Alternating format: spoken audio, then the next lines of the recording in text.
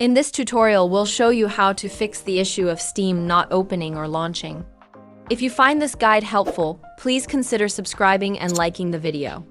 To get started, click the search icon at the bottom of your screen and type Task Manager, then open it. In Task Manager, go to the top search bar and type Steam.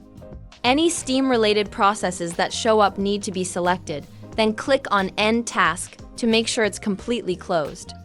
Next, click the search icon again and type Run. In the Run window, type in %local app data % and press OK. This will open a folder. Look for the Steam folder, right-click on it and select Delete.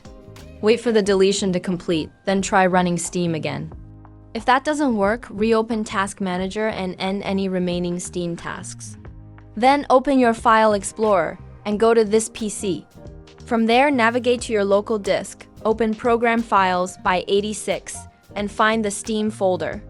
Now, delete everything inside the Steam folder, except for the Steam Apps folder and the steam.exe file. To do this, hold down the Shift key while selecting the files, leaving only those two intact.